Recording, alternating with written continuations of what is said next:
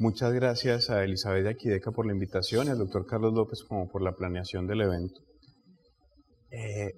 Y ahora sí, sin más, el objetivo de la charla pues fue planteado por el laboratorio Aquideca. Yo revisé la presentación, la idea era hablar un poco acerca de benzodiazepinas y esquizofrenia o benzodiazepinas y psicosis. Van a ver que en términos de la evidencia clínica era pobre, por no decir más, y es algo que termina más siendo de la práctica clínica o más como nos basamos realmente como en la experiencia o en la transmisión del conocimiento que lo encontraba en la literatura. Y quería empezar con 3 preguntas sencillas y en particular de esquizofrenia. Esta tiene un quiz. La primera es que si la incidencia de esquizofrenia globalmente y anual se considera que es estimada en 1%, 0.7%, 0.01% o 0.0015%. Y la mayoría dice que la incidencia anual es de 1%. Vamos a seguir adelante. Segundo, en América Latina los datos de prevalencia son muy disímiles entre los diferentes países. Entonces la posibilidad es verdadero, es falso, o no existen datos de prevalencia de esquizofrenia en América Latina. Es falso. Y la última es, ¿cuál es la prevalencia de esquizofrenia según la última encuesta nacional de salud mental publicada en 2015? 3.2, 1.9, 0.1 o no existen datos. Y la mayoría dice que 1.9%. Entonces, la primera cifra que yo les pregunté es por incidencia. Recordemos que cuando hablamos de incidencia nos referimos única y exclusivamente a los casos nuevos presentados en un periodo de tiempo. Por tanto, la incidencia de esquizofrenia es muy bajita, se considera que es alrededor del 15 por 100.000 habitantes, por eso la respuesta era la última. La prevalencia de punto, en algún momento medimos cuántos individuos hay con esquizofrenia, es más o menos 4.5 por 1.000 habitantes y se considera que la prevalencia de vida es del 0.7%, es decir, si yo miro la vida de todos los individuos, yo esperaría encontrar una prevalencia de esquizofrenia de menos del 1%. ¿Cuál es la razón de que con una incidencia tan bajita encontremos prevalencias tan altas? ¿Alguna idea? Yo les pongo el ejemplo más sencillo. La incidencia de la gripa probablemente sea muy alta, pero la prevalencia de punto de la gripa es muy bajita. Es decir, uno puede tener una incidencia de gripa de 2 casos por habitante al año, pero en un momento particular de la vida muy pocas personas van a tener gripa en este momento. La razón es la duración de la enfermedad y el tratamiento que tengan. Como la esquizofrenia no se va a resolver y la duración va a ser de toda la vida, es por eso que a pesar de incidencias tan bajitas siempre tenemos prevalencias tan altas. En cuanto a la epidemiología de América Latina, para esquizofrenia sí hay datos y en general son muy uniformes. Decimos que de 1.8% a 0.6% son como los resultados. Como ustedes ven, Colombia reporta un dato de 1.4% que está basado en otro tipo de estudios, no necesariamente en la encuesta nacional de salud mental. Porque si ustedes ven la última encuesta nacional de salud mental y leemos depresiones, que dan 4.4%, trastornos afectivos sumando las depresiones dan 6.3% y cualquier trastorno mental incluyendo los de ansiedad 8.2%.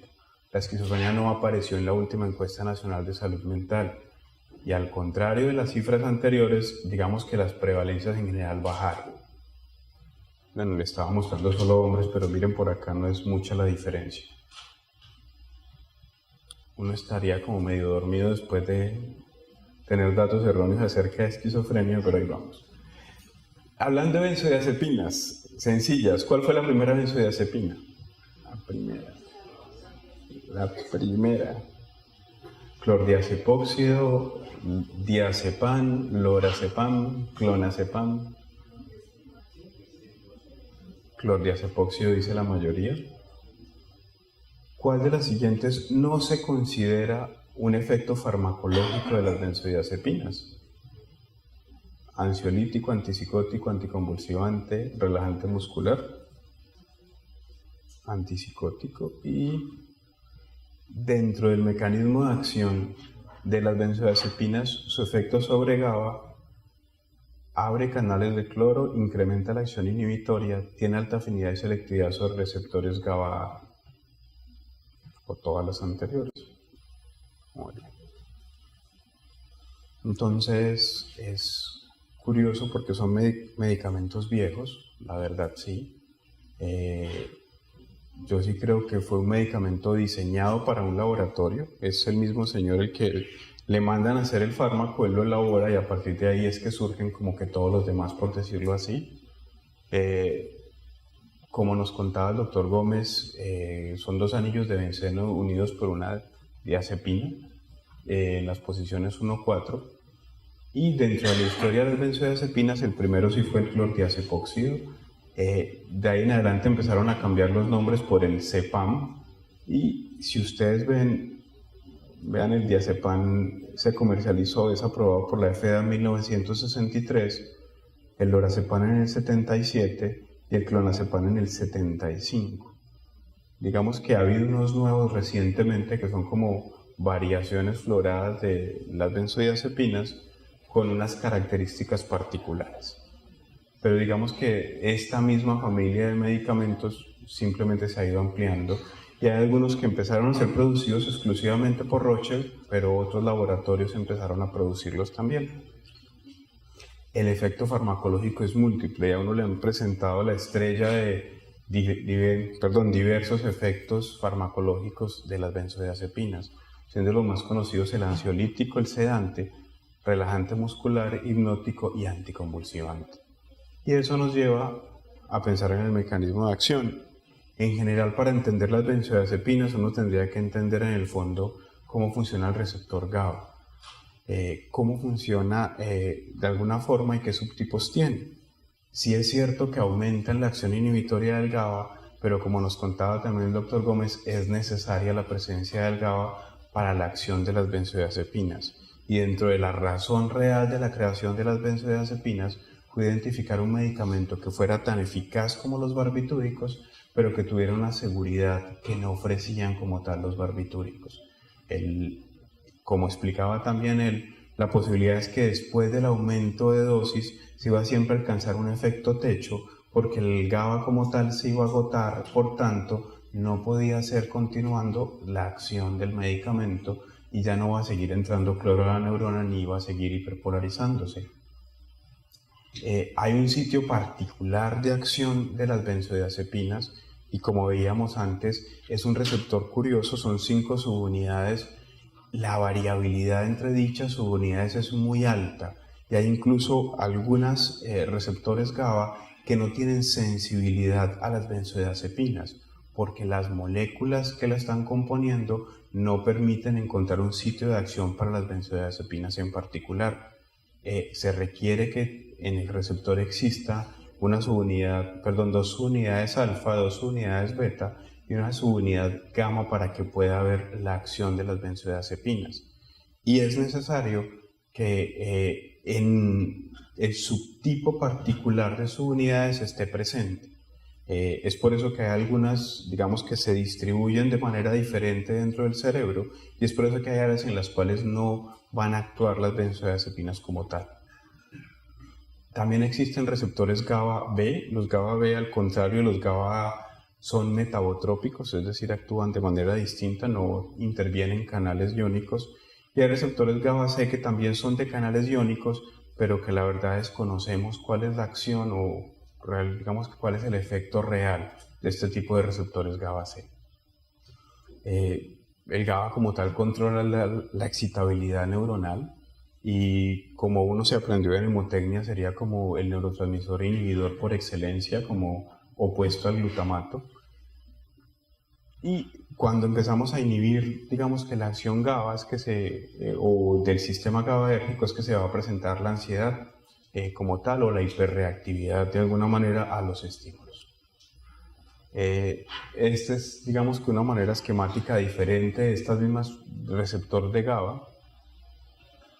Este sería el sitio de acción de las benzodiazepinas y a diferencia de los barbitúricos que no dependían del GABA para poder actuar, ya que él directamente abría el canal de cloro. No voy a quedarme en eso. ¿Cuál de las siguientes no es una indicación de las benzodiazepinas?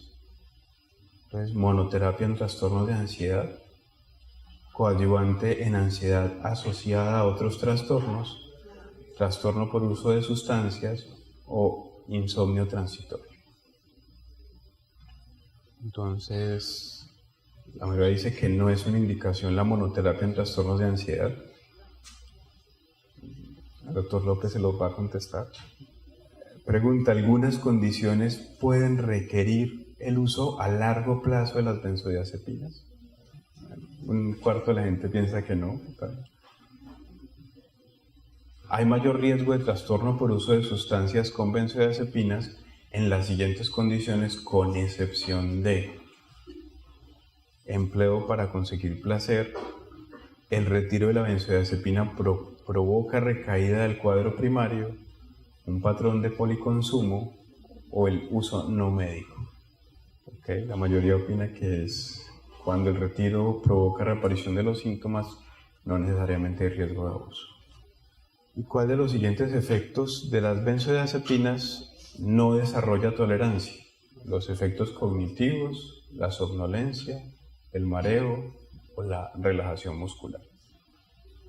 Sí, digamos que la mayoría piensa en los efectos cognitivos. ¿Cuál no es un factor de las benzodiazepinas asociado al riesgo de abuso? La velocidad de acción, la vida media, las dosis altas o los rasgos disfuncionales de la personalidad.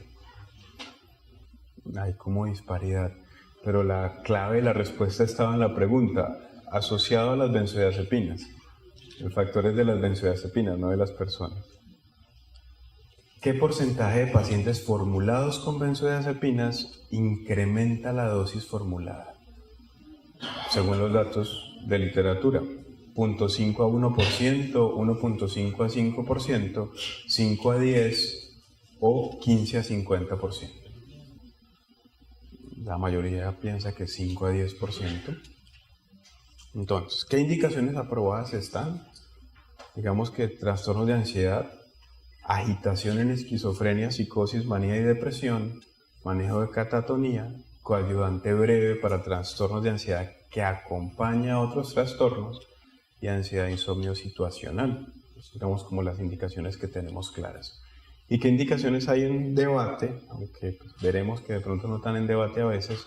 Trastorno indefinido de ansiedad, insomnio, agitación en demencia o daño cerebral o deterioro cognitivo, delirio sin abstinencia, como tratamiento prolongado en ansiedad concomitante en TAP, uso en pacientes con dependencia del tabaco, trastorno obsesivo compulsivo, estrés postraumático y ansiedad social, pacientes con estrés agudo que desarrollen más fácil el estrés postraumático, tratamiento prolongado en pacientes con depresión y ansiedad en pacientes con demencia. Si ustedes ven el tema que yo tenía que hablarles, no apareció ahorita en media diapositiva. Y ahí la dificultad del momento de hoy. A largo plazo. Entonces, a largo plazo decimos que hay ciertos pacientes, que les hablará más el doctor López, que pueden requerir a largo plazo el uso con benzodiazepinas y que no va a ser un problema para ellos. Y que a largo plazo los riesgos son escasos comparados con los beneficios que se pueden obtener del tratamiento. Y hay pacientes con uso de diazepam, que son como los que más datos había, de más de 20 años, sin complicaciones, sin condiciones de abuso, sin disminución de eficacia. Si hay una cosa antes de hablar de abuso, es hablar de abuso versus mal uso. Entonces tenemos que diferenciar entre el uso médico versus el uso no médico. Entonces hablamos de uso médico uso médico, perdón, cuando seguimos el protocolo de manejo, o cuando utilizamos el uso legal pero con propósitos, dosis o duración diferente a la prescrita por el médico, o estamos hablando del uso ilegal de la sustancia para obtener placer exclusivamente. En general, cuando hablamos de problemas de uso no médico, hablamos de las personas a las cuales están abusando también de otras drogas. Es muy raro un paciente que abusa de las benzodiazepinas y no ha abusado de otras sustancias. Es diferente el uso prolongado al trastorno por uso de sustancias. Entonces, el uso prolongado usualmente es consecuencia de la actividad a largo plazo en el receptor, más de 6 meses, ocurre con muchos medicamentos y no hay anhelos de consumo, no hay deseo de consumo como tal, y usualmente cuando retiramos la molécula encontramos recaída de los síntomas, recaída de los efectos. Ahí, entonces es uso prolongado pero no un trastorno por uso de sustancias. Usualmente este trastorno por uso de sustancias encontramos un uso no médico, empleo para conseguir placer o un patrón de consumo de varias sustancias. ¿Y qué es tolerancia? Tolerancia es cuando los efectos que teníamos ya no se obtienen en la misma intensidad y se va a desarrollar para en particular la somnolencia, el mareo y la náusea, es decir, los efectos secundarios para la relajación muscular y la torpeza. Sin embargo, no todos los pacientes toleran estos efectos. Algunos pacientes que van a continuar con o somnolencia o mareo o con alguno de los efectos asociados en el largo plazo con el uso de las benzodiazepinas. Para el efecto ansiolítico no se sabe realmente si se tolera. Se cree que para muchos pacientes el efecto se va a mantener y no va a tener pérdida de la eficacia. Y hasta lo que yo había revisado en general, para los efectos cognitivos no se hacía tolerancia y en algunos pacientes sí puede empeorar dichos efectos cognitivos. ¿Y qué está implicado en el abuso? ¿Qué factores se asocian con que un paciente abuse o no de las benzodiazepinas? Y pues varias, del medicamento, del paciente o del tratamiento. Y del medicamento, como mencionaban ahorita, la velocidad de acción, mientras más rápido sea el inicio de acción del medicamento, mayor riesgo se va a asociar. La vida media, igual entre más corta sea la vida media, más peligro puede tener la benzodiazepina en ese sentido, y el efecto euforizante. Una de las cosas que se está buscando para disminuir el efecto euforizante de las benzodiazepinas es que hicieran acción exclusivamente sobre subunidades alfa-2 y alfa-3 y que hicieran idealmente un efecto de agonista parcial del receptor. Sin embargo, están en estudio, hay moléculas en estudio, pero comercializadas ninguna. Del paciente en particular que haya tenido antecedentes de abuso o dependencia previa, pacientes jóvenes que tengan un efecto subjetivo más euforizante que ansiolítico, los rasgos disfuncionales de la personalidad y el temor a la ansiedad. Y del tratamiento, pues usualmente si son un tratamiento a largo plazo con dosis altas. Hay una controversia en últimas de si podemos obtener o no un uso a largo plazo de las benzodiazepinas. De verdad, solo del 1.5 al 5% de los pacientes escalan dosis de benzodiazepinas, que es una cifra realmente baja. Y un número muy grande de pacientes, no está bien establecido, suspende el tratamiento sin la recomendación médica por el temor a generar una dependencia. Son más los pacientes que suspenden o limitan el tratamiento que los pacientes que tienen problemas o que terminan aumentando la dosis. Solo 30 a 50% de los pacientes que necesita usar benzodiazepinas está actualmente recibiendo las benzodiazepinas, en gran medida relacionado con los temores que tenemos sobre el uso de estos medicamentos. Y una cosa particular, que su uso inadecuado como hipnótico particular es el que más favorece complicaciones en el uso de las benzodiazepinas. ¿Qué hacemos para evitarlo? Pues educar al paciente, yo diría también educar al médico acerca de las benzodiazepinas, programas de tratamiento para los que tengan uso, digamos que un trastorno por uso de la molécula, regulación del uso del medicamento, en particular hacia diagnóstico y tratamiento adecuado, y regulación por parte de las mismas organizaciones médicas. Y esta es una tabla que mostraba igual el doctor Weir acerca de equivalencia. Y es una equivalencia que se logra de alguna manera de preguntándole usted cuánto cree, porque la verdad no hay estudios cabeza a cabeza que comparen el efecto específico de una dosis de benzodiazepina, que equivale a 1 miligramo de alprazolam, a todas las demás benzodiazepinas o incluso al Zolpidem, que lo pongo aquí en naranja. Pero algo que uno tiene que entender de esta equivalencia es que esa equivalencia no es para todos los efectos, porque hay efectos que requerirán unas dosis mayores o unas dosis menores. Y recuerden que cada benzodiazepina tiene un perfil distinto de su efecto ansiolítico o relajante muscular o anticonvulsivante. Esta parte de sesión de preguntas. La mayoría de los pacientes con esquizofrenia recibe tratamiento en monoterapia con antipsicóticos. La verdad, el residente pensaba que sí. Este es un estudio pequeño. Simplemente tomaron un grupo de médicos, decide evaluar qué es lo que está pasando en el año anterior con sus pacientes de esquizofrenia y cuentan qué ha pasado en el año anterior, tomando los pacientes del centro, fueron 374 y miraron qué estaban usando. Si ustedes ven, solo el 21% estaba recibiendo monoterapia con antipsicóticos y el 20% recibía 2 antipsicóticos. Es de anotar que estos 2 antipsicóticos no pudieron o no pensaron que muchos, sin definir cuántos, estaban recibiendo levomepromacina como sedante y lo contaron como antipsicótico. El 16% recibía antipsicótico más benzodiazepina, la misma cifra antipsicótico más antidepresivo, el 11% antipsicótico más estabilizador de ánimo y un 16% estaba recibiendo moléculas de 3 categorías diferentes. Y este estudio un poco más grande, realizado en Suecia, tomando los datos retrospectivos de las bases de datos en todos los individuos que tenían diagnóstico de esquizofrenia entre 16 y 65 años, y esto arrojaron los datos. La mayoría estaba recibiendo tanto antidepresivos como benzodiazepinas como antipsicóticos. Un número muy importante recibía antipsicóticos más benzodiazepinas. Ustedes ven que aquí está la gran mayoría, entre recibir antipsicótico más antidepresivo y benzodiazepina, o solo el antipsicótico más la benzodiazepina. Hay una cifra que me llamó la atención, es 168 pacientes que recibían solo antidepresivos cuando el diagnóstico era esquizofrenia y 1.438 que no estaban recibiendo ningún tipo de tratamiento por orden médica, ¿no? Y esta pregunta es bonita. ¿Existen estudios en monoterapia de benzodiazepina para manejo de esquizofrenia? ¿Ustedes creen? Sí, la mayoría, casi como el plebiscito, piensan que no. ¿Cuál benzodiazepina no tiene estudios sobre el manejo de esquizofrenia en combinación con los antipsicóticos?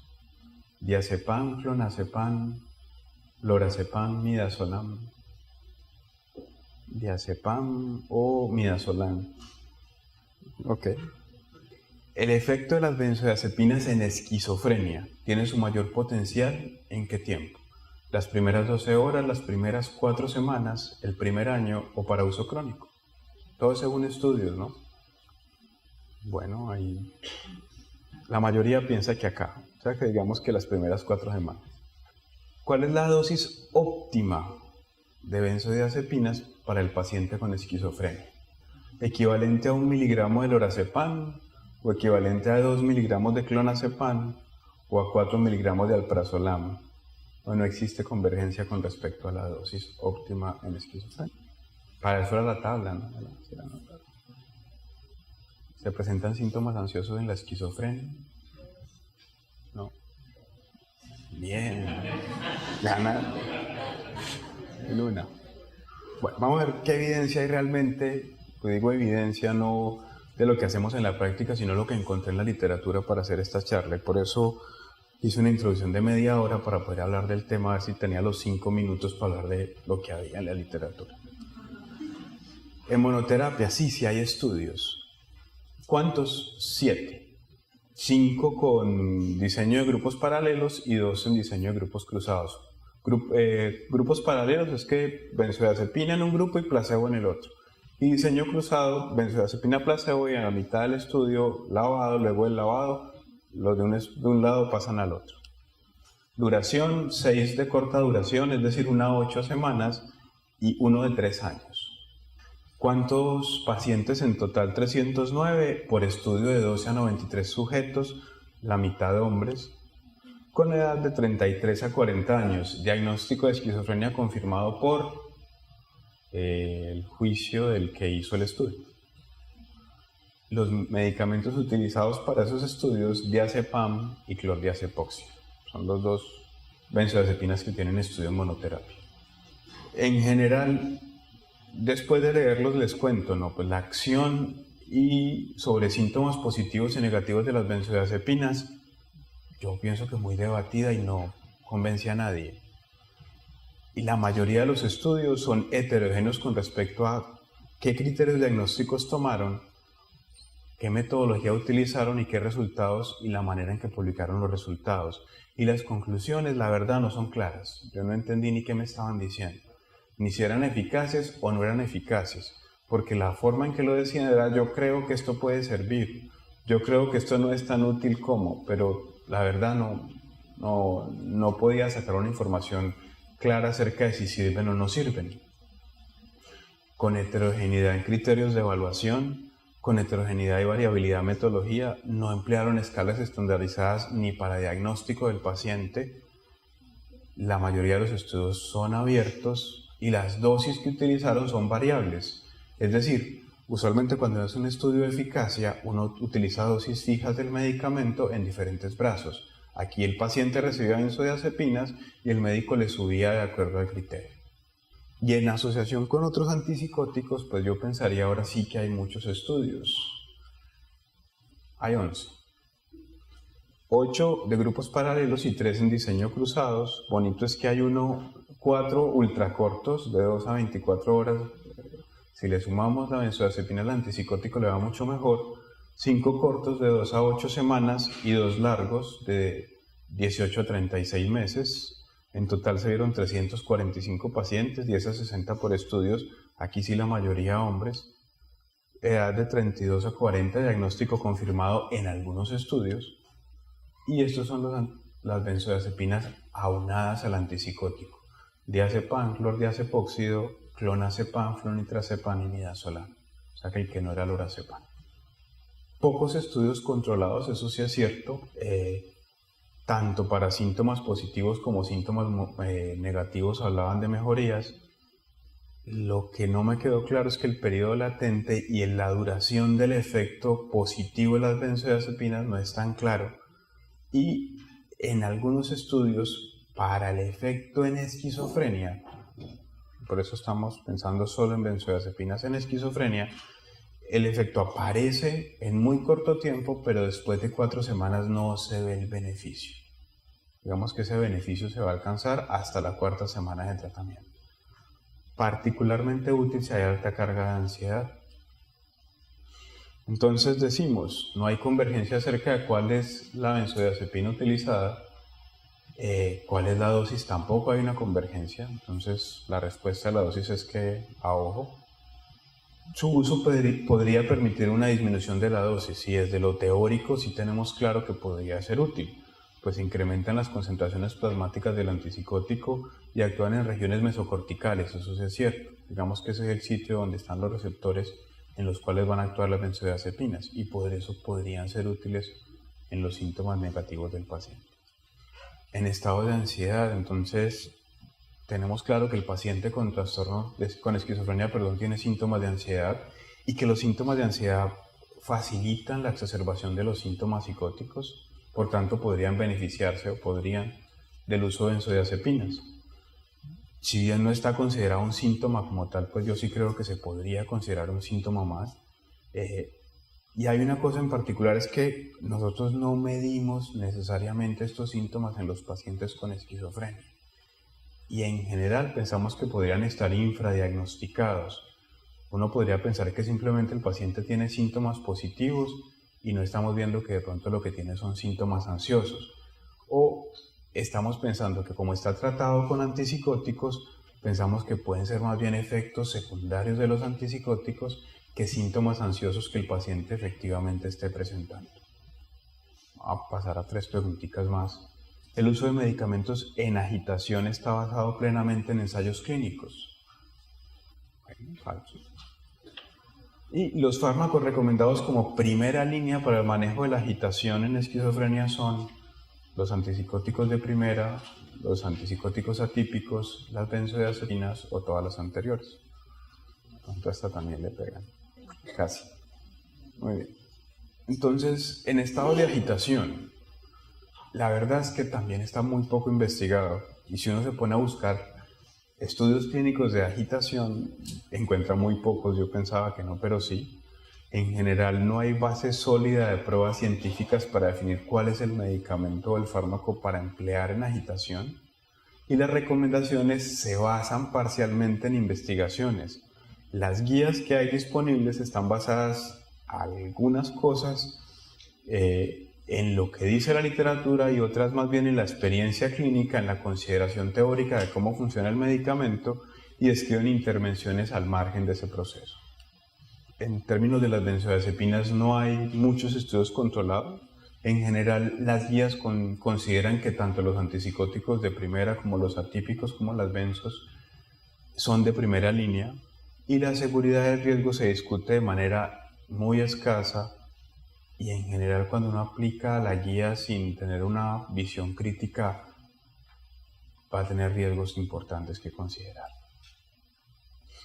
Hay una cosa peculiar en la agitación, es que yo no sé realmente cuál objetivo se plantea uno para el manejo del paciente, porque lo que estamos logrando con muchos pacientes es que se duerma, no necesariamente que se le quite la agitación. Entonces, a veces lo único que se piensa es que puede quedarse ahí, y para muchas personas, sin embargo, lo ideal es que el paciente se tranquilice y permita observarlo, permita saber qué es lo que le está pasando realmente y no simplemente que se duerma. Entonces, para uno definir cómo va a tratar al paciente, tiene que pensar en la intensidad de la agitación y en el estado del paciente. Puedo encontrar un paciente cooperador que esté gravemente agitado, o puedo encontrar un paciente levemente agitado que no esté cooperando. Y eso depende finalmente cuál va a ser la intervención que yo voy a tener. Y las opciones de medicamentos se me pasan de oral de pronto a intramuscular por consideraciones de este tipo. Entonces es muy fácil saber qué voy a responder en este paciente, e igual que en este paciente. Pero digamos que cuando estamos variando esto es cuando encontramos paciente en el que no sabemos qué hacer, en particular porque a veces la vía oral termina siendo muy lenta o la vía intramuscular termina siendo muy invasiva. ¿En cuál efecto secundario de los antipsicóticos están indicadas las benzodiazepinas? Obesidad, rigidez, acaticia, distonía. Bueno, las benzodiazepinas producen mayores efectos secundarios del tipo trastornos del movimiento cuando se usan en combinación con los antipsicóticos. Entonces no hay datos de estudios clínicos, los datos favorecen a las benzodiazepinas, los datos no son concluyentes, los datos favorecen al placebo, los datos no son concluyentes, dice la mayoría. En general no se recomienda benzodiazepina más clozapina por incremento en frecuencia de eventos cardiovasculares, incremento en intensidad de aumento de peso, disminución de efectividad de la clozapina o disminución del efecto sedante de las benzodiazepinas. La mayoría piensa que los eventos cardiovasculares. El riesgo de trastorno por uso de sustancias con las benzodiazepinas en pacientes con esquizofrenia es igual al de pacientes con trastornos de ansiedad, mayor que en pacientes con trastornos de personalidad, menor que en pacientes con trastornos de ansiedad y de personalidad, o igual que en pacientes con trastornos de personalidad. Me faltó que si A más B era igual a C. Menor que en pacientes con trastornos de ansiedad y de personalidad. En general, digamos que el uso como tal particular es el uso de benzodiazepina, en efectos secundarios es la acaticia, la que tenemos claro estudio, posiblemente en disquinesia tardía, aunque realmente no es tan claro, el efecto sería menor, pero hay algunos estudios que dicen que puede ser útil. Ventajas del tratamiento con benzodiazepinas, pues como monoterapia son superiores al placebo, pero inferiores a los antipsicóticos, es decir, no se recomienda nunca usar benzodiazepina como única opción en paciente con esquizofrenia. adicionales muestran cierta evidencia de superioridad para algunos desenlaces, en particular psiquiátricos y comportamentales, pero no necesariamente para desenlaces globales. Cuando hablamos de desenlaces globales, hablamos de funcionalidad básicamente. Y en términos de efectos secundarios, de lo reportado por estudios, estos son como los que refieren trastornos del movimiento en algunos, sedación, ideación suicida y otros. ¿Puedo hablarles rápidamente de ellos? Estos son los datos de estudios y la verdad, verde los que dicen que le va mejor a las benzodiazepinas, naranjada los que dicen que va peor. Entonces, si yo me ponía a pensar concluyentes, por eso no, la respuesta es no hay ningún dato concluyente acerca de mayores efectos secundarios. Y en trastornos de movimiento, la verdad ese es el que más mostraba discrepancias. Unos estudios diciendo que incrementan los efectos secundarios del movimiento de los antipsicóticos y otros que decían que los mejoraban. Entonces, en general, no sabría ni cómo tomarles ese dato. De sedación, en general sí es cierto que se reporta más en todos los brazos que reciben benzodiazepinas que los que no la reciben. Sin embargo, los estudios poco lo reportan. De pronto porque muchas veces es el objetivo planteado para el uso de la benzodiazepina. Y de ideación suicida, solo un estudio ha reportado ideación suicida asociada al uso de la benzodiazepina, y en este era diazepam 20% versus placebo 7%. Miren el año del estudio. Y esos son los otros posibles efectos secundarios de uso de benzodiazepina en esquizofrenia: problemas gastrointestinales, cefalea, irritabilidad y efectos autonómicos. En general, digamos que de seguridad de todos los estudios que se revisaron, decimos que se permite la combinación, se considera que es segura, no se recomienda su uso con clozapina en particular porque incrementa eventos cardiovasculares y respiratorios. Siempre va a estar presente el riesgo de desinhibición, eso se va a notar desde las primeras dosis, y debe limitarse a pacientes con buena adherencia. La razón era que si el paciente suspendía el tratamiento va a ser una exacerbación de síntomas por suspender el tratamiento. Y este tal vez es el último estudio y me dejó un poco asustado. Simplemente miraron pacientes con esquizofrenia, miraron qué medicamentos estaban recibiendo y contaron, es decir, cuántos pacientes se murieron. Y lo asociaron con el medicamento que venían recibiendo. Dividieron el uso del medicamento en uso bajo, cuando el paciente recibe menos de la mitad de la dosis definida como dosis diaria, dosis media cuando recibe de 0.5 a 1.5 veces la dosis media diaria, y uso alto cuando el paciente recibe más de 1.5 veces la dosis definida diaria. En general, la mortalidad global para los antipsicóticos es menor que no usar antipsicótico. Recuerde que son pacientes con esquizofrenia. Para antidepresivos, independientemente de la dosis, es menor el riesgo, pero para benzodiazepinas, en dosis moderada y alta, el riesgo de morirse era mayor. Y si eso además pensaban exclusivamente en la mortalidad cardiovascular, aparentemente dosis bajas y moderadas de antipsicóticos protegía contra la mortalidad cardiovascular, dosis bajas de los antidepresivos y podríamos decir que hasta dosis bajas de las benzodiazepinas, pero dosis altas duplican el riesgo de mortalidad por eventos cardiovasculares. Y suicidio. Los antipsicóticos en esquizofrenia son los únicos que realmente previenen el riesgo de suicidio. Los antidepresivos incluso la incrementan. Y las benzodiazepinas son los que mayor riesgo tienen de incrementar, en particular si se usan a dosis muy altas. Y lo último, si es riesgo de dependencia, pues en general sí es claro que en pacientes con esquizofrenia el riesgo de dependencia es mucho menor que en pacientes con otro tipo de patologías. Ya como conclusiones yo diría, hay utilidad de las benzodiazepinas, pero sobre su uso siempre va a haber controversia. La idea que les quiero dejar hoy es que se debe utilizar, pero siempre a corto plazo. La verdad, siempre reevaluar la necesidad de usarlas en el largo plazo, con precaución y balanceando los riesgos y beneficios de las benzodiazepinas. Muchas gracias.